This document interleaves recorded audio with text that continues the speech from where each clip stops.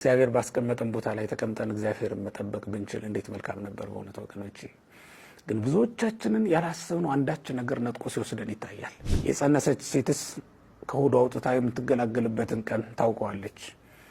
ቂምን ያረገዘ ሰው መቼ አውጥቶ እንደሚጥለው ያውቀዋል? አያውቀውም እኮ። ከሰው ተረታ እስክንወጣ ድረስ አንዳንድ ጊዜ ብዙ ስቃይ ብዙ መከራ እንቀበላለን። ለምን? በዓለም ውስጥ በጣም ብዙ የሚያደክሙ ነገሮች ስላሉ ነው። መልካችን እስኪለወጥ ድረስ ሊያደርሱ የሚችሉ ነገሮች። ህይወት ከባድ ናት። ለዚህ አይደል እንደ ኢዮብ ህይወት ብርቱ ሰልፍ ናት ብሎ የተናገረው እኮ ለዚህ ነው። እየቀላወጥን የትም በበላ ነው ምግብ ኃይል በምናገኘው ኃይል ነፍሳችንን ነፃ የምናወጣት ይመስላችኋል? እውነት ለመናገር ነፍሳችንን እኮ በገንዘብ ብዛት ነፃ እናወጣትም። እውነት ነው። በዚህ ዓለም ባሉ እስር ቤቶች ውስጥ ያሉ የወደቁ እንዲወድቁ የተፈረደባቸውን ሰዎች ገንዘብ ከፍሎ ነፃ ማውጣት ይቻል ይሆናል። ኃጢአተኛውን ጻድቅ አድርጎ ማዳን ይቻል ይሆናል። ግን የተኮነነችን ነፍስ ገንዘብ ሰጥቶ ነፃ ማውጣት ይቻላል እንዴ? የታሰረችን ነፍስ በኃጢአት ማስፈታት ይቻላል እንዴ? መማር ምን ጥቅም አለው? የመንፈስ ቅዱስ ስጦታ ካልተሰጠን በስተቀር ወገኖች፣ በመንፈስ ቅዱስ ጸጋ ካልሆነ በስተቀር ቤተክርስቲያን ውስጥ በእውቀት ማገልገል ይቻላል እንዴ? የመንፈስ ቅዱስ ጸጋ ካልታከለበት በስተቀር እውቀታችን ብቻውን ቤተክርስቲያንን ሊያቆማት ይችላል? በፍጹም።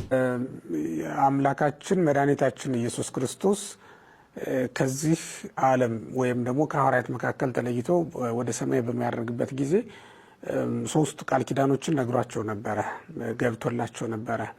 ሶስቱም በጊዜው ሁሉ የሚፈጸሙላቸው፣ በጊዜው ሁሉ ለቤተክርስቲያን ሲሰጡ ሲፈጸሙ የሚኖሩ የተስፋ ኪዳኖች ናቸው። አንደኛው በማቴዎስ ወንጌል ምዕራፍ 28 ቁጥር 20 ላይ የምናገኘው እስከ ዓለም ፍጻሜ ድረስ ከእናንተ ጋር ነኝ የሚለው ነው። እስከ ዓለም ፍጻሜ ድረስ በሚለው ለጊዜው በነበሩ በሐዋርያት ላይ ያደረ የመንፈስ ቅዱስ ስጦታ ወይም ለጊዜው በነበሩ በሐዋርያት ላይ ፊቱ ላይ አብረውት በነበሩት ደቀ መዛሙርቱ አድሮባቸው የሚኖረው አምላካችን እግዚአብሔር አሁንም እስከ ዓለም ፍጻሜ ድረስ በሚነሱ መምህራን ላይ አድሮ ይፈርዳል፣ በሚነሱ መምህራን ላይ አድሮ ያስተምራል። እስከ ዓለም ፍጻሜ ድረስ የሚነሱ መምህራን የቤተክርስቲያን መምህራን እውነተኛ የቤተክርስቲያን መምህራን ከሆኑ እሱ ያደረባቸውና እሱ ያስነሳቸው መሆናቸውን የሚያረጋግጥልን ቃል ኪዳን ነው ማለት ነው። ይሄ እስከ ዓለም ፍጻሜ ድረስ ከእናንተ ጋር ነኝ የሚለው መድኃኒታችን ኢየሱስ ክርስቶስ ካረገም በኋላ እንኳን ቢሆን ከቤተክርስቲያን እንዳልተለየና በቤተክርስቲያን አድሮባት እንደሚኖር የሚያሳይ ቃል ነው። ስለዚህም ያቺ ቤተክርስቲያን ዛሬ በዚህ ቃል ኪዳን መሰረት ስጋውን እየበላች ደሙን እየጠጣች ቅዱስ መንፈሱን እየተቀበለች በልጅነት ትኖራለች ማለት ነው። ይሄ ከገባላት ቃል ኪዳን የተነሳ ነው። ከነዚህ ቃል ኪዳኖች መካከል ደግሞ አንዱ ይሄ አሁን ያነሳ ነው የተስፋ ቃል ነው ማለት ነው። ሌላው አምላካችን መድኃኒታችን ኢየሱስ ክርስቶስ ከማረጉ በፊት ከገባልን ቃል ኪዳኖች ዳግመኛ እመጣለሁ እወስዳችኋለሁ የሚለው ነው። በዮሐንስ ወንጌል ምዕራፍ 14 ቁጥር 2 ጀምሮ ስንመለከት የምናገኘው ቃል ነው። እንግዲህ እመጣለሁ እወስዳችኋለሁ። ለምን? እዚያ ስፍራ አዘጋጅቼላችኋለሁ ነው። አሁንም የሄደው ስፍራ ላዘጋጅላችሁ ነው የሚለው እና መጥቶ እንደሚወስደን ቤተክርስቲያን የምታምነው የምትቀበለው እና የምትጠብቀውም ቀን ነው። ያ ቀን ቤተክርስቲያን በተስፋ የምትጠብቀው ቀን ነው። ያ ማለት ምን ማለት ነው?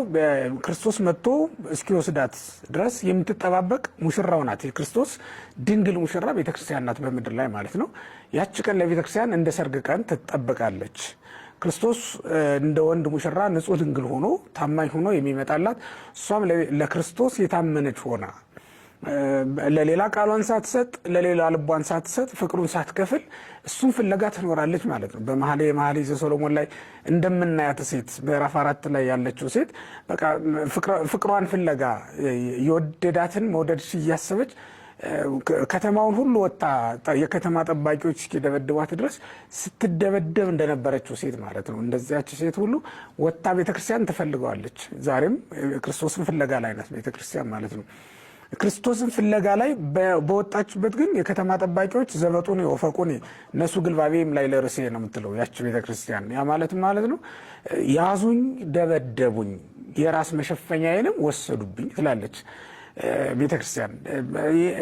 በዚህ ሁሉ መንገድ ላይ ተጋድሎ አለባት ማለት ነው። ያለ ተጋድሎ ክርስቶስ ያለበት ልትደርስ ስለማትችል ይሄንንም ተጋድሎ ደግሞ በሱ ቃል ኪዳን መሰረት ትጽናናበታለች፣ ትችለዋለች ማለት ነው።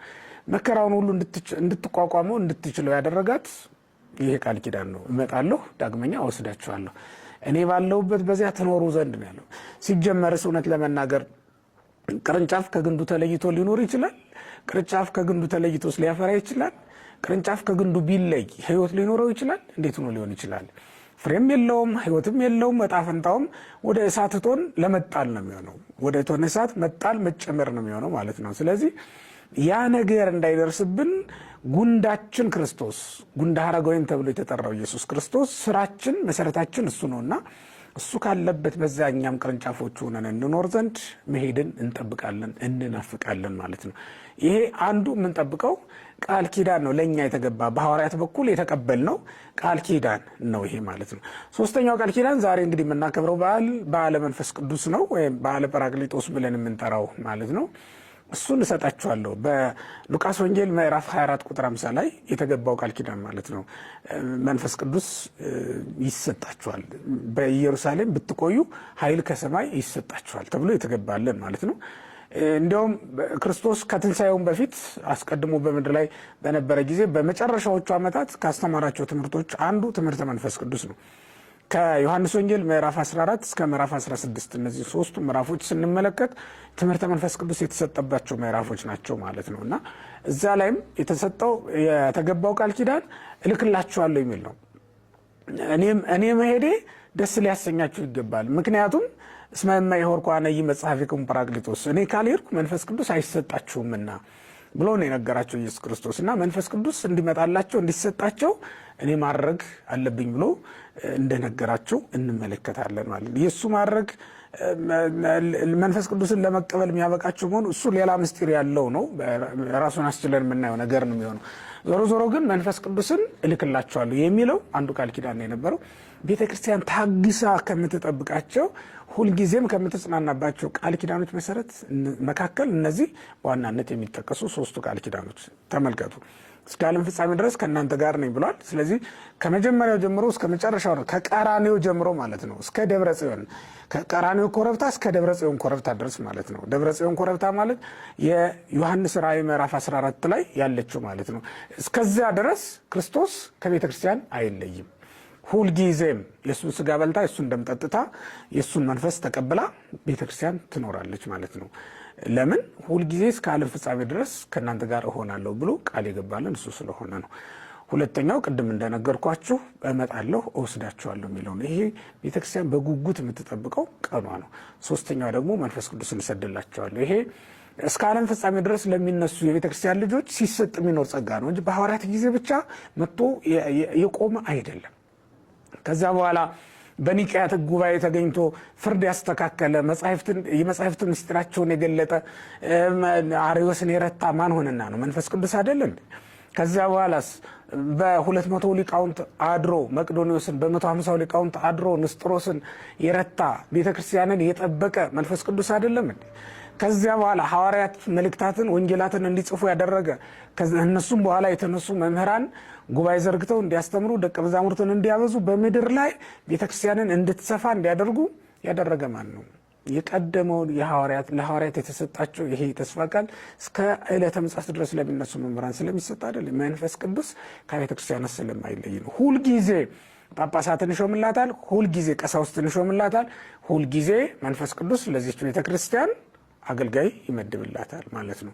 እና ስራዋን ሁሉ ያከናውንላታል። ቤተክርስቲያን ማንኛውንም ስራ በመንፈስ ቅዱስ ትሰራለች ማለት ነው። ዛሬ እንግዲህ ይህን ትምህርተ መንፈስ ቅዱስን ራሱን አስችለን የምናየው ነው የሚሆነው። ዛሬ ግን በዓሉን በተመለከተ ወይም ለሐዋርያት ይሄ ቃል ከተገባላቸው በኋላ የተቀበሉት መንፈስ ቅዱስን ነውና እሱም ብቻ ነው ዛሬ የምንመለከተው ማለት ነው። እንግዲህ ሐዋርያት አባቶቻችን ትንሣኤም በኋላ ቢሆን እስከ ዕርገት ድረስ አንዳንድ ምድራዊ ሀሳቦች ያባክኗቸውና ከዓላማቸው ፈቀቅ ያደርጓቸው እንደነበረ ባለፈውም ስነግራችሁ ነበረ። ይህ የሚታወቅም ነገር ነው። ምክንያቱም የጣሉትን መረባቸውን አንስተው የተዉትን መርከባቸውን ይዘው አሳ ወደ ማጥመድ ስራ ተሰማርተው ስጋውያን ሆነው እንደነበረ መጽሐፍ ቅዱስ ላይ ስለምንመለከት እሱ ብቻም አይደል፣ አለማመንም ታይቶባቸው የተነቀፈ ስራ ነበረባቸው እስከ ዕርገት ድረስ ማለት ነው። እስከ ዕርገት ድረስ በዕርገት ጊዜ ግን ልባቸውን ይዞት ነው ያደረገው መድኃኒታችን ኢየሱስ ክርስቶስ። በፊታቸው ሲያርግ እየባረካቸው ነው። ወንዘ ይባርኮሙ ተራሃቆሙ፣ እየባረካቸው ተለያቸው ይላል። ወደ ሰማይ ሲወጣ እየባረካቸው ነው የነበረ። ምን ብሎ? እጁን ጭኖ አንሳዴው ወባረኮሙ፣ እጁን ጭኖ ባረካቸው። 3 ነገሮች ከዚያ በኋላ ወደ ተውት ስጋዊ ዓለም እንዳይመለሱ ረድቷቸዋል። አንደኛው የተገለጠላቸው መገለጥ ነው። ሲገለጥላቸው በቃል ገስጿቸዋል፣ እንዲሁም ሊያጽናናቸው በሚገባ ቃል ደግሞ አጽናንቷቸዋል። እሱ ብቻም አይደለም፣ ዳሰው እንዲረዱት እንዲያውቁት አድርጓቸዋልና የተገለጠላቸው መገለጥ በጣም ጠቅሟቸዋል። የተገለጠላቸው አንዱ ልባቸውን ከመለሰውና ካስተካከላቸው ነገር አንዱ የተገለጠላቸው መገለጥ ነው ማለት ነው። እነሱን ወደ ስጋዊው ዓለም እንዳይመለሱ ካደረጓቸው ነገሮች ነው። ሁለተኛው እፍ ብሎ በንፋት መንፈስ ቅዱስን ያሳደረባቸው ጊዜ ነው። የዮሐንስ ወንጌል ምዕራፍ 20 ቁጥር 23 ላይ እንደምናየው ወሃቡም ነፋ ላይ ለሁም እፍ ብሎ መንፈስ ቅዱስን አሳደረባቸው ነው የሚለው። ወይ ቤሎም ንስኡ መንፈስ ቅዱስን ተቀበሉ ብሎ ሾማቸው ይላል። እስትንፋሱ ከዓለም ለይታቸዋለች። ተመልከቱት። አዳምን ከአፈርነት የለየችው እኮ የእግዚአብሔር እስትንፋስ ናት። መጽሐፍ ቅዱስ እንደሚነግረን ኦሪት ዘፍጥረት ምዕራፍ 2 ቁጥር 7 ላይ እንደምናነበው አዳምን የህይወት እስትንፋስን እፍ ባለበት ጊዜ ነው አይደል ሰው የሆነው። አዳም ሰው የሆነው ሕያው የሆነው ከዛ በኋላ እኮ ነው እንጂ ንጹህ ሸክላ ነው። የተበጀ በእጅ የተቀረጸ በመዳፍ የተበጀ ሸክላ ነው አዳም ማለት። ከዚያ ለይታ ሕያው ያደረገችው እስትንፋሱ ናት። ዛሬም ሐዋርያትን ከዓለማውያን ለይታ ከዓለማዊ ግብር አውጥታ መለኮታዊ ስራ ወደ መስራት የመለሰቻቸው ይህች እስትንፋሱ ናት ማለት ነው። ተመልከቱት። የተገለጠላቸው መገለጥ አለ። ሲቀጥል ደግሞ ላያቸው ላይ እፍ ያለባቸው እስትንፋሱ ከዓለም ቆረጠቻቸው ማለት ነው። በእስትንፋሱ ነው ያቆራረጣቸው ከዓለም ጋር። እኛንም እንዲለየን ቅዱስ ፈቃዱ ይሆነልን። እንዲህ አድርጎ መለሳቸው። እሱ ብቻም አይደለም፣ ቀጥሎ ደግሞ እጁን ጭኖ ባረካቸው ይላል። ያቺ ዓለምን የሰራባት እጁ ላያቸው ላይ ስታርፍ ከዓለም ለየቻቸው። ለዛውም እኮ በዓለም ብዙ መከራ እየደረሰባቸው ሊያገኙት ወዳላቸው ተስፋ ይሮጣሉ እንጂ ሊያገኙት ወዳላቸው ደስታ ስለተጠበቀላቸው ደስታ ደስ ይሰኛሉ እንጂ በዓለም ፈተና በዓለም መከራ ዝለው እንዳይወድቁ ጠብቋቸዋል ማለት ነው። ዝለን እንዳንወድቅ እግዚአብሔር በመዳፉ ካልደገፈን፣ ዝለን እንዳንወድቅ እግዚአብሔር በብርቱ ክንዱ ካልረዳን በስተቀር ዝለን እንድንወድቅ የሚያደርጉ ነገሮች እኮ እጅግ በጣም ብዙ ናቸው። እስትንፋሱን ተቀብለን ዛሬ ካህናት ሲያጠምቁን እፍ ይሉብናል አይደል? ወይ እንዲህ እያሉ ንሳ መንፈሰ ቅዱስ እያለ ካህኑ ሕፃኑን በእጁ ይዞ እፍ ይልበታል ማለት ነው። ሲያጠምቀው በሚያጠምቀው ጊዜ ካህናትም በሚሾሙበት ጊዜ ሊቀ ጳጳሱ ንሳ መንፈሰ ቅዱስ እያለ ይሄን አፉ የከሰትኮ ነፍሴ አናይኩ እያለ ይቀበላል። ካህኑ ደግሞ ይሄንን በሚልበት ጊዜ መንፈስ ቅዱስን እያሳደረበት ነው። በውስጣችን አድሮ ባለው የመንፈስ ቅዱስ ስልጣን ካልተቃወም ነው በስተቀር ዓለም ከባድ ነው። እውነት ለመናገር አይከብዳችሁም ብለን አይደለም። በነገራችን ላይ ሁላችሁ የጽድቅን ስራ ስናስተምር እኛም መክፈዱን ስለምናውቀው የማይረዳችሁ መምህር የማይረዳችሁ ካህን የለም በዚህ ምድር ላይ። የትኛው ነው የማይከብድ ስራ? እውነት ለመናገር መብል መጠጡ ነው። ይሄ የማያስደስተው ሰው አለ? መብል መጠጥን ማግኘት የማይቃትት ሰው አለ? ይህን እናንተ እንደምትፈልጉ እኛም እንፈልጋለን። እኛ እንደምንፈልግ ሁሉ እናንተም ትፈልጋላችሁ። ይሄን በመፈለግ እንደክማለን። ምድራዊውን መብል መጠጥ በመፈለግ እንደክማለን። ምድራዊ ቤታችንን ለመስራትም እንዲሁ እንደክማለን። ከሰው ተርታ እስክንወጣ ድረስ አንዳንድ ጊዜ ብዙ ስቃይ ብዙ መከራ እንቀበላለን። ለምን? በዓለም ውስጥ በጣም ብዙ የሚያደክሙ ነገሮች ስላሉ ነው። መልካችን እስኪለወጥ ድረስ ሊያደርሱ የሚችሉ ነገሮች። ህይወት ከባድ ናት። ለዚህ አይደል እንደ ኢዮብ ህይወት ብርቱ ሰልፍ ናት ብሎ የተናገረው እኮ ለዚህ ነው ቅዱስ ኢዮብ። ስለዚህ በብርቱ ሰልፍ ውስጥ ስንሄድ የሚያግዘን የመንፈስ ቅዱስ ስልጣን በውስጣችን አለ። ከሱ በላይ ደግሞ እጁን ጭኖ የባረከን መባረክ። በሐዋርያት አብራክ ውስጥ ሆነን እኮ በአብራከ ትምህርታቸው ውስጥ እኮ እኛም አለን። ይህም ቡራኬ ተቀብለነዋል። ይሄን ካላቸው በኋላ ሐዋርያት ካዘዛቸው ትእዛዝ ፈቀቅ አላሉ፣ አንድም ጊዜ እንኳን ማለት ነው። እንዲህ ብሏቸው ወዴት ነው ሄደው ሂዱ ያላቸው? ኃይልን እስክትለብሱ ድረስ በኢየሩሳሌም ቆዩ ነው ያላቸው ሐዋርያት። ከዛ በኋላ ከኢየሩሳሌም ስለመውጣታቸው ተጽፏል። እንዲያውም የእግዚአብሔርን ስራ እየሰሩ ጠበቁት ነው የሚለው እኮ። የሐዋርያት ሥራ ምዕራፍ 1ን ተመልከቱት። መንፈስ ቅዱስ እስኪመጣላቸው ድረስ እነሱ እየተሰናዱ ነው የነበረው፣ እየተዘጋጁ የነበረው፣ ጉባኤውን የጎደለውን እየሞሉ ነው የነበረው። በይሁዳ ፋንታ ማትያስን ተኩበት። ከዚያም ለጸሎት ይተጉ ነበረ። ከጌታ እናት ከማርያምና ከሌሎችም ሴቶች ጋራ ለጸሎት እየተጉ ነበር ይላል። መንፈስ ቅዱስን እስኪለብሱ ድረስ እዛች ቁጭ በሉ የተባሉባት ቦታ ተቀመጡ፣ ጠብቁኝ የተባሉባት ቦታ ላይ ንቅንቅ ሳይሉ ጠበቁት ይላል። እግዚአብሔር ባስቀመጠን ቦታ ላይ ተቀምጠን እግዚአብሔርን መጠበቅ ብንችል እንዴት መልካም ነበር በእውነት ወገኖቼ። ግን ብዙዎቻችንን ያላሰብነው አንዳች ነገር ነጥቆ ሲወስደን ይታያል። ዘፈን የነጠቃቸው ብዙዎች ናቸው። የመናፍቃን ጉራ፣ የመናፍቃን ትምህርት ነጥቆ የጨረሳቸው እጅግ በጣም ብዙዎች ናቸው። የስጋ ደካማነት ከመንፈስ የለያቸው እጅግ በጣም ብዙዎች ናቸው። ብዙዎቻችን ስፍራችን ላይ እንዳንቆ ያድርጎናል። ካህኑ ያለው አሁን በስፍራው ነው። መነኩሴው ያለው አሁን በስፍራው ነው። ምእመኑ አሁን ያለው በስፍራው ነው። በተክሊል የተጋባው ሰው አሁን ያለው በስፍራው ነው። ስፍራችንን አልለቀቅንም ትላላችሁ። ጣዕማችንን የሚያሳጡን ብዙ ነገሮች አልተፈራረቁብንም ትላላችሁ። በጣም ብዙ ነገሮች ከስፍራችን ንቅልቅል አድርገውናል። ብዙ ነገሮች አንዳንድ ጊዜ ይውላችሁ የናቅናቸውም ነገሮች ቆይተው ሊጥሉን ይችላሉ። እየተጠራቀሙ በሄዱ ቁጥር ማለት ነው። እያደጉ እየጣሉን ነው የሚሄዱት። ሐዋርያት ግን ከዛ በኋላ አልተንቀሳቀሱም። እንዲያውም ይላል እየጸለዩ ይጠብቁ ነበር። መጸለይን አምላካችን መድኃኒታችን ኢየሱስ ክርስቶስ በምድር ላይ ሳለ አስተምሯቸዋል፣ አሳይቷቸዋል። እንዲያውም ወደ ፈተና እንዳትገቡ ትጉና ጸልዩ ብሎ ብርቱ ማሳሰቢያም ሰጥቷቸዋል። ያችን የተነገረቻችሁን ትምህርት አስታውሰው ለጸሎት ይተጉ ነበር። መጽሐፍ ቅዱስ ራሱ ሲገልጸው ከማርያምና ከሌሎች ከጌታ እናት ከማርያምና ከሌሎች ሴቶች ጋር ለጸሎት ይተጉ ነበር ነው የሚለው። ይጸልዩ ነበር አይደለም፣ ይተጉ ነበር ነው የሚለው። ይሄ ማለት ሌሊትና ቀን ደግሞ ደጋግመው መልሰው መላልሰው ያደርጉት ነበር ይላል። ለጸሎት ትጉ ወገኖቼ። መንፈስ ቅዱስን እንለብሳለን፣ ለጸሎት እንትጋ፣ ከሰማይ ኃይልን እንቀበላለን። እንዲህ እንደደከምን አንቀርም። አሁን እኮ በጣም በቀላል ኃጢአት እኮ ድል የምንነሳው ኃይል ከሰማይ ስላልተሰጠን ይሆናል። ምናልባትም ወገኖች በቀላል በማየት አይደል የምንሰናከለው። አሁን አንዲት ቃል ሰምተን አይደል 1 ዓመት የምንቀየመው፣ 1 ዓመት የምንታመመው። አንድ ቀን በተሰማች ኃይለ ቃል በተሰማች ክፉ ቃል ምክንያት 1 ዓመት ሙሉ ኃጢአት እየሰራን ኃጢአት በልባችን ተሸክመን እንኖራለን። የጸነሰች ሴትስ ከሆዷ አውጥታ የምትገላገልበትን ቀን ታውቀዋለች።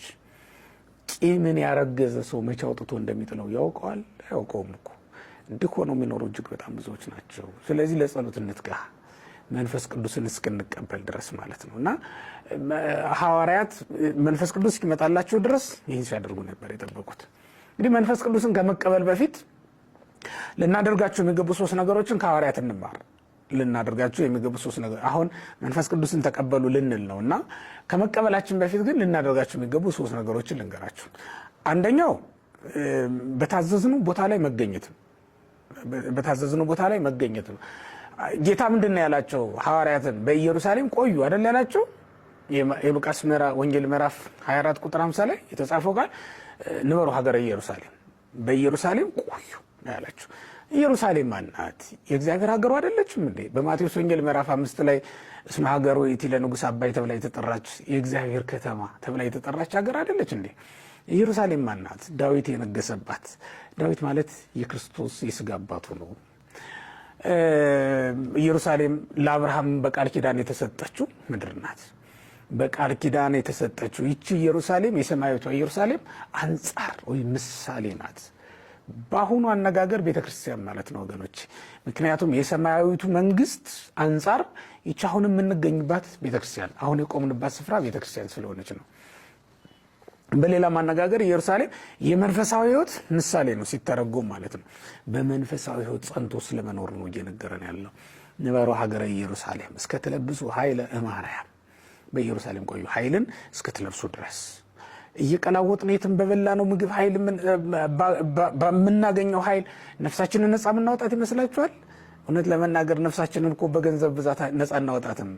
እውነት ነው። በዚህ ዓለም ባሉ እስር ቤቶች ውስጥ ያሉ የወደቁ እንዲወድቁ የተፈረደባቸውን ሰዎች ገንዘብ ከፍሎ ነፃ ማውጣት ይቻል ይሆናል። ኃጢአተኛውን ጻድቅ አድርጎ ማዳን ይቻል ይሆናል። ግን የተኮነነችን ነፍስ ገንዘብ ሰጥቶ ነፃ ማውጣት ይቻላል እንዴ? የታሰረችን ነፍስ በኃጢአት ማስፈታት ይቻላል እንዴ? እንደዛ እኮ አይደለም። ስለዚህ ነፍሳችንን ነፃ ለማውጣት የእግዚአብሔር ቤተሰቦች ማድረግ ያለብን በኢየሩሳሌም መቆየት ነው፣ ኃይልን እስክንለብስ ድረስ በተለይ ደግሞ ማለት ነው። እና ኢየሩሳሌም እንድንቆይ የታዘዝን ኃይል ከለበስን በኋላ አይደለም፣ እስክንለብስ ድረስ ነው። ተመልከቱት። ደካሞች ለምንድን ነው ቤተክርስቲያን መግባት የምትሰንፉት? እኔ ኃጢአተኛው ለዚህ ቦታ ማልገባው ለምን ትላላችሁ ወገኖች? ከስጋውና ከደሙ ለምን እንርቃለን? እኛ አይደለን ኃይል እስክንለብስ ድረስ አይደለን እንዴ በኢየሩሳሌም ቆዩ የተባልነው? ኢየሩሳሌም ማናት? ቅዱስ ቁርባን አይደለም እንዴ? ለኛ ኢየሩሳሌማችን እኮ በቁርባን መቆየታችን ነው። በኢየሩሳሌም ቆዩ ስንባል በቅዱስ ቁርባን ታተመን መጠበቅ ነው ክርስቶስን። ስለዚህ ደካሞችን ብንሆን እንኖራለን። ሲጀመር ማን ነው በእውነት በቤት ውስጥ ውድ ዕቃ እንዳለ ሁሉ ምናምንቴ መናኛ የሆነ ዕቃ የሌለበት ቤት ልታገኙ ትችላላችሁ? እናንተ ቤት ብንመጣ በውድ ዋጋ ከገዛችኋቸው ጌጣጌጦች፣ በውድ ዋጋ ከገዛችኋቸው ዕቃዎች ጀምሮ በምናምንቴ በመናኛ ዋጋ ወይም በነፃ የሰበሰባችኋቸው ዕቃዎች አይገኙም እንዴ? ሐዋርያችን መምህራችን ቅዱስ ጳውሎስ እንደተናገረው በአንድ ቤት ውስጥ የወርቅና የብር ዕቃ እንደሚኖር ሁሉ የሸክላ ዕቃም ይኖራል ብሎ እንደተናገረው ይህ ሸክላ ዕቃም ከወርቅ ዕቃ ጋር አብሮ ሊኖር ይችላል ማለት ነው። እኛ ምናልባትም እንደ ሸክላ ዕቃ ሆነን በእግዚአብሔር ቤት መኖር እንችላለን። ቁጭ በሉ ተብለናል፣ ኑሩ ተብለናል፣ በዚያ ንበሩ ነው የተባለ ሀገረ ኢየሩሳሌም። በኢየሩሳሌም ቆዩ ያለን ራሱ እግዚአብሔር ነው። ስለዚህ በአዘዘን ስፍራ መቀመጥ ግዴታ ነው። መንፈስ ቅዱስን ከመቀበላቸው በፊት የፈጸሟት ዋና ትእዛዝ ይህች ናት ማለት ነው። ሁለተኛው ደግሞ ክርስቶስን ተከትሎ ልባቸው የወጣው መውጣት ነው። ወደ ሰማይ ነው ያደረገው። ስለዚህ ወደ ሰማይ ሲያደርግ ክርስቶስ ልባቸውም አብሮ ነው ያደረገው። እዚህ ምድር ላይ ምንም አልቀራቸውም። ምን አለን እዚህ ምድር ላይ? በእውነት ወገኖች ምን አለን? አሁን ምንታገለው፣ ምንጣላለው፣ ምንፋጀው ምን ኖሮን ነው እዚህ ምድር ላይ? የተስፋ ሀገር አለን አይደል እንዴ? አሕዛብ እኮ ስለሌላቸው ነው፣ ሌላ ስለሌላቸው ነው ይህንን ዓለም ልቀቁልን እያሉ ነው ያሉት። ይህንን ዓለም እየፈለጉት ያሉት በብርቱ ፍለጋ፣ በብርቱ ትግል፣ በጦርነት እየወሰዱት ያሉት እየወረሱት ያሉት ሌላ ዓለም ስለሌላቸው ነው። እኛ ግን ሌላ ዓለም አለን ወገኖች። የምንጠብቀው ከክርስቶስ ጋር አብሮ የሚያደርግ ልብ ሊኖረን ይገባል። እሱ ሐዋርያት መንፈስ ቅዱስን ከመቀበላቸው በፊት ካደረጓቸው ነገሮች መካከል የሚመደብ። ሶስተኛው ቅድም እንደነገርኳችሁ መጸለያቸው፣ ተግተው መጸለያቸው። እነዚህ ሶስቱ ወሳኝ ነገሮች ናቸው በሕይወታችን ልናደርግ የሚገባ። የመንፈስ ቅዱስን ጸጋ እንቀበል ዘንድ ያስፈልገናል ወገኖች። ያለ መንፈስ ቅዱስ ጸጋ መጾም አይቻልም። ያለ መንፈስ ቅዱስ ጸጋ መጸለይ አይቻልም። ያለ መንፈስ ቅዱስ ስጦታ በቤተ ክርስቲያን ውስጥ በሃይማኖት ጸንቶ መኖር አይቻልም። በጣም ከባድ ነው። ዓለም ፈታኝ ናት ወገኖች። ጠላታችን ሰይጣን በጣም ዘደኛ ነው፣ ጥበበኛ ነው። እንዴት እንደሚጥለን ያውቃል። ሳይገዘግዝ የሚጥል ሲጥል እኮ ነው የሚታየው። እንዴት እንደገዘገዘን እንኳን አናውቅም። እኛ እኮ ማለት እንደ አብይ ነጌ ነን። አብይ ነጌ ወይም ደግሞ ትልቁ ዝሆን ማለት ነው። አብይ ነጌ ወይም ዝሆኑ መጥቶ የሚያርፈው ዛፍ ተጠግቶ ነው ይላሉ አዳኞች። ወይም ፊሳልጎስ በተባለው የቤተክርስቲያናችን መጽሐፍ ላይ እንደተጻፈው ማለት ነው። ይመጣል፣ መሬት እንዳይተኛ መነሳት አይሆንለትም። ስለዚህ ምንድነው የሚያደርገው? ማረፍ ሲፈልግ ዛፍ ተጠግቶ ያርፋል። አዳኞች ይህን ያውቃሉ። ስለዚህ ምን ያደርጋሉ? ይመጡና የሚደገፈውን ዛፍ ከርክረው እንዳይጠረጥር አዲስ እንዳይሆንበት ጭቃ ቀብተውት ይወዳሉ። ለመውደቅ ጥቂት ሲቀረው ማለት ነው ዛፉ። ዝሆኑ ከባድ ስለሆነ ይመጣና ሲጫነው ይወድቃል ዛፉ። ያን ጊዜ ምን ይሆናል? ዝሆኑ አብሮ ይወድቃል ማለት ነው። ጠላታችን እንዲህ አይነት ነው። ተመልከቱት። እኛ እንደ አብይ ነጌ በየዋህነት ስንመላለስ እንዴት ቆርጦ እንደሚጥለን ያውቀዋል። ባልጠረጠርነው መንገድ ይጥለናል። ስለዚህ የመንፈስ ቅዱስ ስጦታ፣ የመንፈስ ቅዱስ ጸጋ እጅግ በጣም ለእኛ ያስፈልገናል ወገኖች። ያለ መንፈስ ቅዱስ ጸጋ ሐዋርያት ማገልገል ስለማይችሉ ነው ጠብቁ የተባሉት፣ በኢየሩሳሌም ቆዩ የተባሉት። ይህ መንፈስ ቅዱስን ስጦታ እስክንቀበል ድረስ ተግተን መጸለይ፣ ልባችንን ወደ ሰማይ ማውጣት፣ በኢየሩሳሌም መቀመጥ ይኖርብናል። ያ ከተሰጠን በኋላ ካህናት መሆን እንችላለን። ካህን ብንሆን እንባርካለን። መምህር ብንሆን እናስተምራለን። ዲያቆን ብንሆን እንላላካለን። አሁን ዲያቆኑን ብትልኩት አይላክም፣ ካህኑን ብትጠሩት አይባርክም። ይሰለቸዋል። መባረክ ይሰለቻል። መባረክ ነው የሚሰለቸው ወገኖች። እንዲህ ካህኑ ካልባረከ ሌላ ምንድነው ሊሆን የሚችለው? መምህር ካላስተማረ ሌላ ምንድነው ስራው ሊሆን የሚችለው? እሱ አይደል እንዴ ስራው? እሱ እኮ ነው ስራው። ይሄንን ሊያደርግ የተጠራው ካህን መባረክ ከሰለቸው፣ ይሄንን ሊያደርግ የተጠራው መምህር ማስተማር ከከበደው፣ ጥንቱንም ቢሆን ከመንፈስ ቅዱስ አይደለም በራሱ ፍላጎት ነው የተሾሙ ማለት ነው እንጂ በመንፈስ ቅዱስ ምርጫ አይደለም ማለት ነው። እልፍኝ ውስጥ የሚውል ካህን ተደብቆ ምዕመናን የሚያስተምራቸው አጥተው እየተጎዱ፣ ምዕመናን የሚባርካቸው አጥተው እየተጎዱ፣ አንዳንዶቹንም ኃጢአት ጨልጣ ገርኝታ ወሰዳቸው አባክናቸው፣ ዓለም አሳዳ ባፍጢማቸው ደፍታቸው እየተመለከተ ዝም የሚል ቸልተኛ ካህን ከሆነ እሱ ከመንፈስ ቅዱስ አይደለም ማለት ወይም የመንፈስ ቅዱስ ስጦታ አልደረሰውም ማለት ነው። በጉልበት ነው የተሾመው፣ በራሱ ፈቃድ ነው የተሾመው፣ በእግዚአብሔር ፈቃድ አይደለም። ሐዋርያትን ተመልከቱ። በእግዚአብሔር ፈቃድ የተሾመ ካህን እንደ ሐዋርያት ሆኖ ነው የሚያገለግለው። እንደ ሐዋርያት ሆኖ ለማገልገል ግን የመንፈስ ቅዱስ ስጦታ መቀበል ግድ ይለናል ማለት ነው። እንግዲህ ተመልከቱት። አንብሮተ እድ ከተፈጸመላቸው በኋላ ነው ሐዋርያትን መንፈስ ቅዱስን እሰጣቸዋለሁ የተባሉት። እውነት ነው። ሊቃነ ጳጳሳቱ በአንብሮተ እድ ሾመውናል። ሁላችንም ሊቃነ ጳጳሳቱም ቢሆን በአንብሮተ እድ ተሾመዋል። ከተሾሙ በኋላ ግን ምን ያስፈልጋል? የመንፈስ ቅዱስ ጸጋ ያስፈልጋል ማለት ነው። ብንዘምር የምናራራ፣ ብንሰብክ የምናፈራ መሆን የምንችለው ክርስቲያኖች የመንፈስ ቅዱስ ጸጋ ከተሰጠን ብቻ ነው ማለት ነው። ለዚህ ነው ሐዋርያትን ቆዩ ያላቸው። የመንፈስ ቅዱስ ስጦታ ያልደረሰው አገልጋይ ይሳሳታል። ለሕዝቡ መልካም አብነት ከመሆን ይልቅ እንዲያውም የክፉ ነገር አብነት ሊሆናቸው ይችላል ማለት ነው። ምናልባትም ወርቅና ብር የሚያሳድድ ሊሆን ይችላል እኮ። ሐዋርያት መንፈስ ቅዱስን ከተቀበሉ በኋላ ወርቅና ብር የሚያሳድዱ አልነበሩም። እንዲያውም ወርቅና ብር የለኝም ብለው ሲናገሩ ነው የተሰሙት። በሃይማኖተ አበው አንድ ሊቅ ምን ይላቸዋል? ቅዱስ ባስልዮስ በሃይማኖተ አበው ስለ ቅዱሳን ሐዋርያት ሲመሰክር ጴጥሮስ ወዮሐንስ ነዳያን እሙንቱ ይላቸዋል። ወአልቦሙ ወርቅ ወብሩር። ጴጥሮስና ዮሐንስ ምንድን ናቸው ትለኝ እንደሆነ ፍጹም የሆኑ ድሆች ናቸው ይላል። ፍጹም ድሆች፣ በዚህ ዘመን አጠራር የድሃ ድሃ ማለት ነው። ማለት ሐዋርያት ናቸው። የድሃ ድሃ ማለት ሐዋርያት ናቸው። ምንም የሌላቸው ወርቅና ብር የለኝም ብለው መናገር የቻሉ እነሱ ናቸው። ነገር ግን ለወደዱት የሚሰጡት የመንፈስ ቅዱስ ስጦታ ነበራቸው፣ አላቸው። ለቤተ ክርስቲያን የሚያስፈልጋት ባጌጠ ልብስ፣ በተንቆጠቆጠ ወንበር የተቀመጠ መምህር ወይም ደግሞ ባለጸጋ ካህን አይደለም። የሚያስፈልጋት የመንፈስ ቅዱስ ስጦታ የደረሰው የመንፈስ ቅዱስን ጸጋ የተቀበለ ካህን ነው የሚያስፈልጋት። ምክንያቱም ቤተ ክርስቲያን መንፈስ ቅዱስን የምትቀበለው በካህናቶቹ አማካኝነት ነው። በአገልጋዮቿ በኩል ነው፣ በጳጳሳቶቿ በኩል ነው መንፈስ ቅዱስ የምትቀበለው። ስለዚህ የመንፈስ ቅዱስ ስጦታ ለቤተ ክርስቲያን እንዳይከለከልባት እኛ አገልጋዮች በመጀመሪያ መንፈስ ቅዱስን ለመቀበል የተዘጋጀን መሆን አለብን። እኛ አገልጋዮች በአውደ ምሕረቱ ከመስበካችን፣ በቤተ መቅደሱ ከመቀደሳችን፣ በማህሌቱ ከመዘመራችን በፊት እኛ አገልጋዮች ለመንፈስ ቅዱስ ስጦታ የተገባን ልንሆን ይገባል። እስኪ ዋቸው ሐዋርያትን የሐዋርያት ሥራ ምዕራፍ 2 ቁጥር 1 ስትመለከቱ ወንዛለው ህብር አሐተኒ ውስተ ዘሃዱ ቤት አይደል የሚለው። በአንድ ቤት ውስጥ በአንድነት ሳሉ ነው የሚለው። በአንድ ልብ ተስማምተው ሳሉ፣ ለጸሎት በአንድ ልብ ሆነው እየተጉ ሳሉ ይላል። የት አለ አንዱ ልባችን? ቋንቋ አለያየንም፣ የመጣንበት ሰፈር አልከፋፈለንም። አንድ ቤተ መቅደስ ውስጥ እየቀደስን ሁለትና ከዚያ በላይ ሐሳብ የለንም፣ አልተለያየንም በሐሳብ። እውነት ለመናገር አንድ ልብ ያለን ሆነናል። አንድ ልብ ያለው አገልጋይ የሌላት ቤተክርስቲያን አንድ ልብ ያለው ምዕመን ሊኖራት አይችልም። አንድ ልብ ከአገልጋዮች ነው መኖር ያለበት መጀመሪያ። ያልተባረከ አገልጋይ የተባረከ ምዕመን ሊያዘጋጅ ስለማይችል ማለት ነው። ስለዚህ በመጀመሪያ ወገኖቼ እኛ ራሳችን የመንፈስ ቅዱስ ስጦታ ለመቀበል የተዘጋጀልን ሆነ ይገባል። እንደ ሐዋርያት እንጠብቅ። መማሩንማ 3 ዓመት ከ3 ወር ወንጌል አስተማራቸው። 3 ዓመት ከ3 ወር ከእውነተኛው መምህር ከክርስቶስ መማር እንዴት ድንቅ ነገር ነው በእውነት። በተግባርም የታገዘ ትምህርት አስተማራቸው። 3 ዓመት ከ3 ወር በእጁ ተአምራት ሲደረግ ተመለከቱ።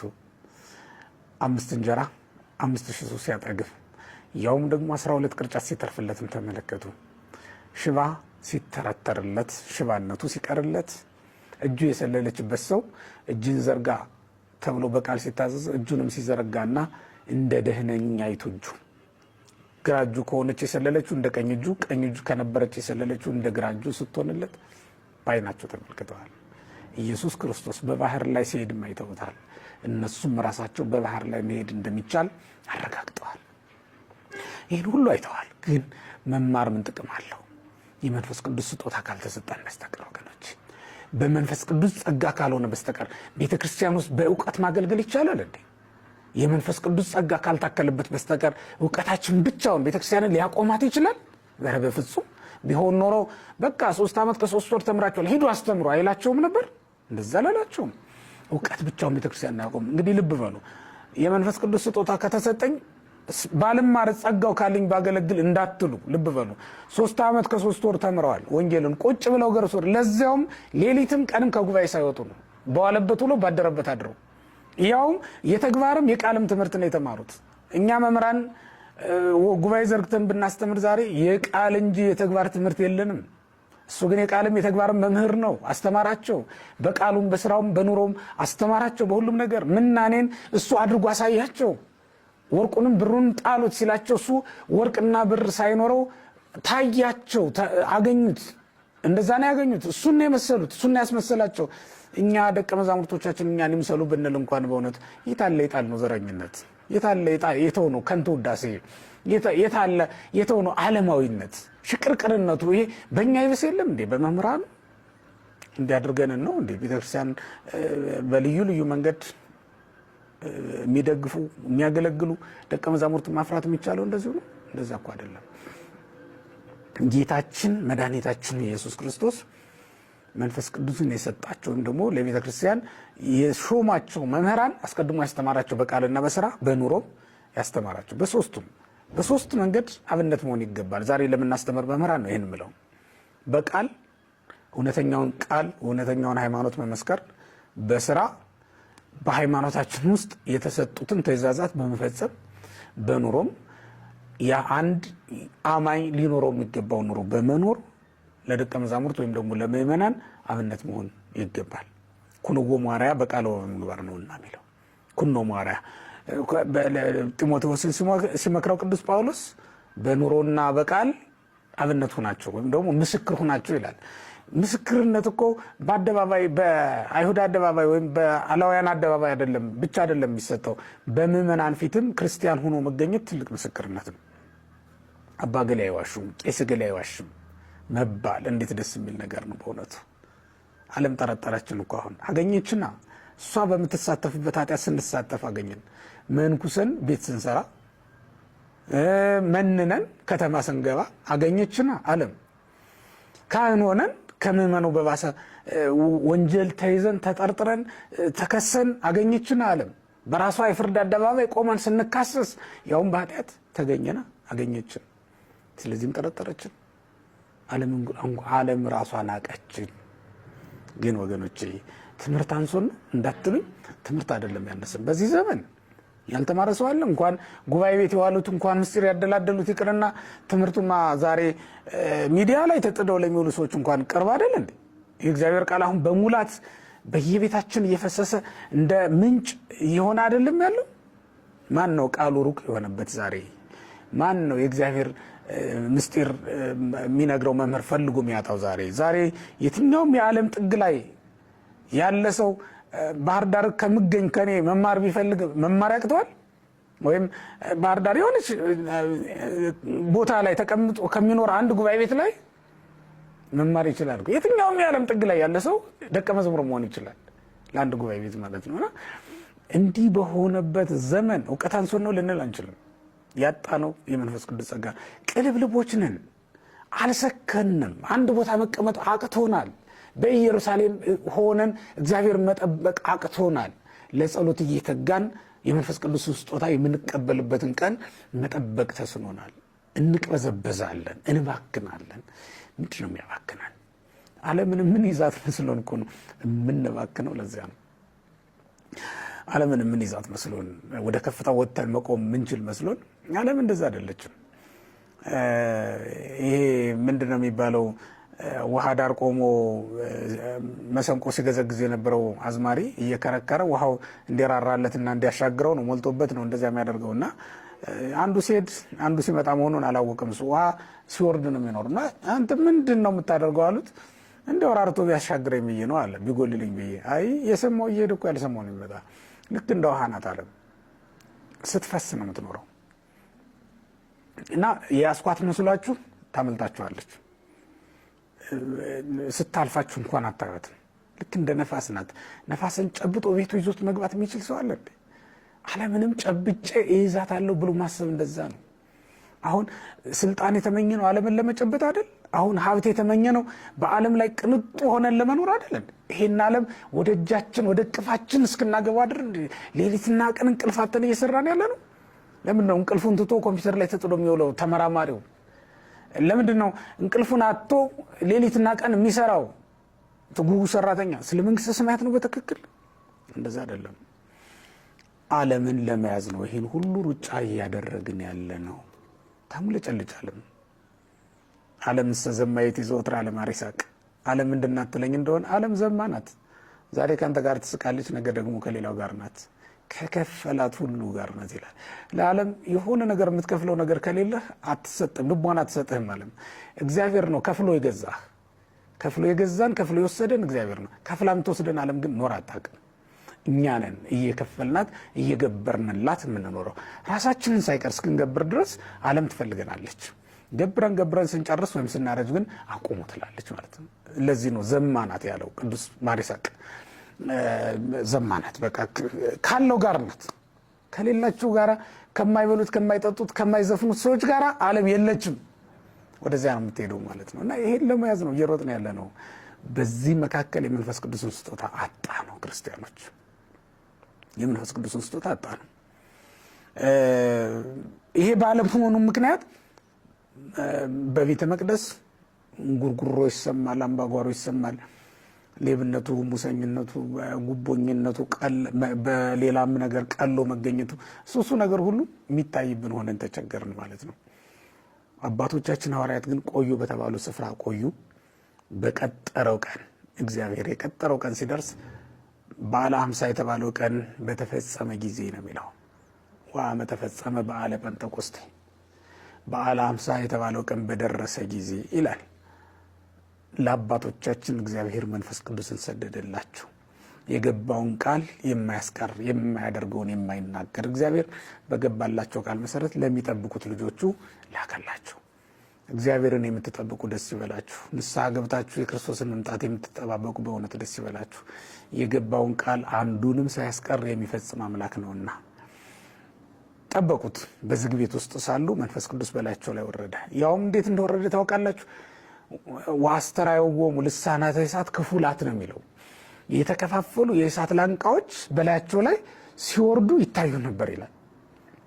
ለምንድነው በእሳት አምሳል የወረደው? ተዋሃጅ ነዋ። እሳት ሊዋሃድ የሚችል መንፈስ ቅዱስም ሊዋሃዳቸው ነው የመጣውና ሲያርፍባቸው ሲዋሃዳቸው ወይም ሲሰራቸው ሸክላ ሰሪ ሸክላውን የምታጸናው በውሃ ትለውሰዋለች፣ ጭቃ ታደርገዋለች፣ ታቦከዋለች፣ በመዳፏ ታበጃጀዋለች፣ የምትፈልገውን አይነት የሸክላ ቅርጽ አስይዛ ትሰራዋለች። በመጨረሻ ሸክላውን ወደ አገልግሎት እንዲገባ የሚያጸናላት እሳቱ ነው። አሁን ሐዋርያትን መድኃኒታችን ኢየሱስ ክርስቶስ ራሱ ይዞ በትምህርት በታምራት ሲያበጃጃቸው፣ ቅርጽ ሲያስይዛቸው፣ የሐዋርያነት መንበር ሊሰጣቸው ሲሰራቸው ነው የቆየው። በኋላ መጨረሻ ላይ መንፈስ ቅዱስን ልኮ ደግሞ አጠናከራቸው። ከዚህ በኋላ ሐዋርያት ወደ አገልግሎት መግባት ይችላሉ ማለት ነው። ከዚህ በኋላ ጸንተዋል፣ አይፈርሱም፣ ልህሉህ አይደሉም። ከዚህ በኋላ ልህላሄ ቀረላቸው ወይም ጸንተው አለመቆም አይችሉም ከዚህ በኋላ። ምክንያቱም በውስጣቸው ያደረው መንፈስ ቅዱስ አጽንቶ ስለሚያኖራቸው ማለት ነው። በዚህ መንገድ የእሳት አምሳል ሆኖ ወይም በእሳት አምሳል እየታየ በላያቸው ላይ ወረደላቸው። እነሱም ወተናገሩ በነገረ ሁሉ በሐውርት፣ ወዲያውኑ የመንፈስ ቅዱስ ስጦታ ተቀብለው በሀገሩ ሁሉ ቋንቋ ተናገሩ። በ72 ቋንቋ ነው የሚለው። ያን ጊዜ በምድር ላይ ካለው ቋንቋ የተሰወረባቸው የቀረባቸው አንድም ነገር አልነበረም። 120 ቤተሰብ ባሉበት ስፍራ ወረደላቸው። ለሐዋርያት ለ12ቱ ማለት ነው 72 ቋንቋ ተገልጾላቸዋል። ለሌሎቹ እንደ አስፈላጊነቱ እንደ ጸጋቸው እንደ ብቃታቸው እስከ 15 ቋንቋ ድረስ የተገለጠለት አለ። ከ15 በታች ነው የሌለው ማለት ነው። ከዛ በላይ ያለው ቋንቋ ሁሉ ተገልጾላቸዋል ማለት ነው። ዓለም ስትከፈል በ72 ቋንቋ ነበር የተከፈለችው። በዓለም ያሉ ቋንቋዎችን ሁሉ መንፈስ ቅዱስ ገለጠላቸው ማለት ነው። አሁን ከዚህ በኋላ አገልግሎት ጀመሩ። በሀገሩ ሁሉ ቋንቋ መናገር ጀመሩ። ወዲያውኑም በእለቱም እሸት ይዘው ቀሩ። ይሄ በዓል በነገራችን ላይ በዓለ ሃምሳ በዓለ ሰዊት ተብሎ ነው በአይሁድ ዘንድ የሚከበረው። በኦሪት ዘጸአት ምዕራፍ 23 ላይ ታሪኩን እናገኘዋለን። እስራኤል በአምላክህ በእግዚአብሔር ፊት ባዶ እጅህን አትታይ ተብለው ስለታዘዙ እሸት ነዷቸውን ይዘው የሚመጡበት በዓል ነው የነበረው እና ባዶ እጃቸውን አይታዩም ነበር። ሐዋርያት በዚህ ቀን በእግዚአብሔር ፊት ባዶ እጃቸውን እንዳይታዩ የመጀመሪያውን የስብከት እሸት ለሕዝቡ አቀመሱና የመጀመሪያውን የምእመናን ህይወት ለእግዚአብሔር አቀረቡ ማለት ነው። 3000 ነፍሳት በአንድ ቀን ተጠመቁላቸው። እሸት ይዞ እንደመቅረብ በዓለ ሀምሳ ላይ ወይም በዓለ ሰዊት ላይ አይሁድ ልማዳቸው በእግዚአብሔር ፊት ባዷቸውን አለመታየት ነበረ። ሐዋርያትም ዛሬ ባዶ እጃቸውን አልታዩም። 3000 ነፍሳትን አጠመቁ። እመኑ፣ በጌታ በኢየሱስ ክርስቶስ ስም እመኑና ተጠመቁ፣ ንስሐ ግቡ አላቸው። ንስሐ ገብተው ለመዳን የሚያደርሳቸውን እውቀት አውቀው ወደ መዳን ደረሱ ማለት ነው። በዚህ መንገድ 3000 ነፍሳትን አጥምቆ ቅዱስ ጴጥሮስ በአንድ ቀን ስብከት ወደ መንግስተ ሰማያት እንዲጨመሩ አድርጓል ማለት ነው። በቤተ ክርስቲያን ላይ የተሾማችሁ አባቶች፣ ሊቃነ ጳጳሳት፣ በቤተ ክርስቲያን ላይ የተሾማችሁ መምህራን፣ በቤተ ክርስቲያን ላይ የተሾማችሁ አገልጋዮች በጠቅላላው በእውነት በእግዚአብሔር ፊት ባዶ እጃችንን እንዳንታይ፣ በእግዚአብሔር ፊት ይዘነው ምንቆም ስጦታ እንዳናጣ መትጋት ይኖርብናል። የመምህር ስጦታው የምእመናን ህይወት ነው፣ ሌላ ነገር አይደለም። ከመምህራን የሚፈልገው እግዚአብሔር የመምህራን አስራታቸው፣ የመምህራን ስጦታቸው እግዚአብሔር ከነሱ ሊቀበለው የሚፈልገው ስጦታ ምእመናን ናቸው። ንስሐ እንዲገቡ አድርገን ወደ እግዚአብሔር መንግስት የጨመርናቸው ነፍሳት ስንት ይሆኑ? ይልቁንም በተቃራኒው የእኛን ክፉ ግብር አይተው ተሰናክለው ከአገልግሎት የራቁ፣ ከቤተክርስቲያን የሸሹ፣ እንደው ከቅጽረ ቤተክርስቲያን አያድርሰኝ እሳቸው ባሉበት አልሄድም ብለው የሄዱ በጣም ብዙዎች ናቸው። ከዚህ ይሰውረን እግዚአብሔር። ክርስቶስ በመጣ ቀን ምን ይዘን እንቀርባለን? ምን ይዘን በፊቱ እንቆማለን? ሐዋርያው ቅዱስ ጴጥሮስ እሸት ነው ይዞ የቀረበው። በመጀመሪያ እግዚአብሔርም አበዛለት። እኛንስ እግዚአብሔር ይረዳን አይደል እንዴ? በእውነት እኛ ከሰው በላይ አውቀን ነው የምንሰብከው? ከሰው በላይ ስላወቅን ነው የምንናገረው? ከሰው በላይ ስላወቅን ነው ልዩ ጸጋ ስላለን ነው የምንዘምረው? እግዚአብሔር ይረዳናል፣ በዚህ አገልግሎታችን ደግሞ የሚድኑ ነፍሳትን ያበዛልናል ብለን አስበን አምነን ነው። እኔ እግዚአብሔር በሚያውቀው ለሕዝብህ ለወገኖችህ ቃልህን ንገራቸው ብዬ ካልሆነ በስተቀር እንዴት እቆማለሁ መድረክ ላይ? ጌታ ሆይ እኔን አትመልከት፣ ግን ለወገኖችህ ቃልህን ንገራቸው እለዋለሁ። ሁልጊዜም ስነሳ ከመነሳቴ በፊት ይህን እለዋለሁ። ለሕዝቡ ቃሉን ለሐዋርያት ቃሉን የሰጠ እግዚአብሔር ዛሬም እዚያ ወደ ምሕረት ላይ ለተሰበሰበው ሕዝብ ቃሉን ይሰጣል። በዚህ መሰረት ነው የሚሰበከው ወንጌል። የሚድኑ ነፍሳትንም የሚጨምርልን ራሱ እግዚአብሔር ነው ማለት ነው። እንግዲህ የተወደዳቸው እግዚአብሔር ቤተሰቦች ዛሬ ደስ ብሎናል። የመንፈስ ቅዱስን በዓል አክብረናል። ከሐዋርያት ጋር እንደ ሐዋርያት ሆነን በእውነት ዛሬ መንፈስ ቅዱስን ተቀብለናል። በዚህም ደስ ብሎናል። ሲያርግ አይተን ልባችንን ከሱ ጋር አብረን ያሳረግነው ምድሩን ሲለቅ ክርስቶስ አብረን እኛም ምድሩን ለቀናል። የመንፈስ ቅዱስን ስጦታ ደግሞ ዛሬ ተቀብለናል። በምድር ሁሉ ላይ ድልን የሚያጎናጽፈን ዛሬ የተቀበልነው ስጦታ ነው ማለት ነው። ቤተክርስቲያን ሁልጊዜ ድል ስታደርግ እንጂ ድል ስትነሳ የማትታየው ከዚህ ኃይል የተነሳ ነው ማለት ነው። ይህን ኃይል ተቀብለናል። ምእመናን እንኳን ደስ አላችሁ። እግዚአብሔር የገባውን ቃል ኪዳን ፈጽሞልናል። ስለነበረን ጊዜ ሁሉ የአባቶቻችን አምላክ እግዚአብሔር ስሙ የተመሰገነ ይሁን። እንግዲህ ይህንን ዛሬ ካልኩ በቀጣዩ ቪዲዮ ደግሞ ትምህርተ መንፈስ ቅዱስን ይዤ እመጣለሁ። መንፈስ ቅዱስ ለአብያተ ክርስቲያናት በሚል ርዕስ የመንፈስ ቅዱስን ትምህርት ደግሞ ለማቅረብ እሞክራለሁ። እኔንም እንዲረዳኝ እናንተንም ለመስማት እንዲያበቃ ጸልዩ። እግዚአብሔር ይስጥልኝ። አመሰግናለሁ።